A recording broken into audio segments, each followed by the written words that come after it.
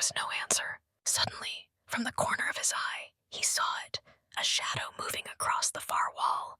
He spun around, but the hallway was empty. "Emily!" he called out again, his voice shaking. "Did you hear that?" Emily appeared at the top of the stairs. "Tom, what's wrong?" He looked at her, his face pale. "Something's not right here." But before he could say more, the house groaned, and the temperature seemed to drop even further. Emily grabbed his arm, pulling him back down the stairs. "Let's just go to bed. We'll deal with it tomorrow." But neither of them slept that night. The following days were filled with strange occurrences.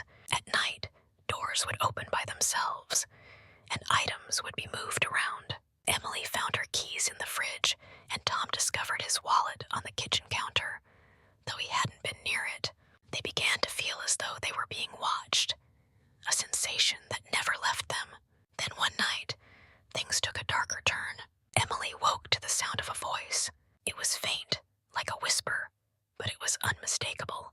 She sat up in bed, trying to make out what it was saying. It sounded like a woman crying, soft, muffled sobs. She glanced over at Tom, but he was fast asleep, his face twisted in a peaceful expression.